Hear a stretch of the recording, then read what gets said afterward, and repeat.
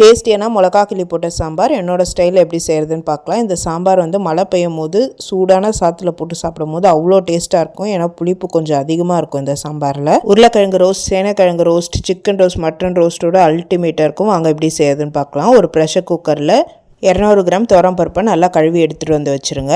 அது முழுகிற அளவுக்கு தண்ணி. 15 பூண்டை வந்து தட்டி சேர்த்துக்கோங்க. மீடியம் சைஸ் வெங்காயம் 2 நல்லா ஃபைன் சாப் பண்ணி போட்டுக்கோங்க. 2 தக்காளியை ரஃப் சாப் பண்ணி போட்டுக்கோங்க.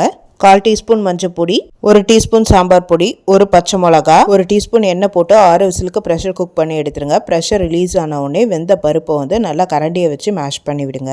முன்னாடியே நம்ம எலுமிச்சைப்பழம் அளவுக்கு புளியை ஊற வச்சுருக்கோம். அதை நல்லா கரைச்சிட்டு வெந்த பருப்பில் ஊற்றிடுங்க.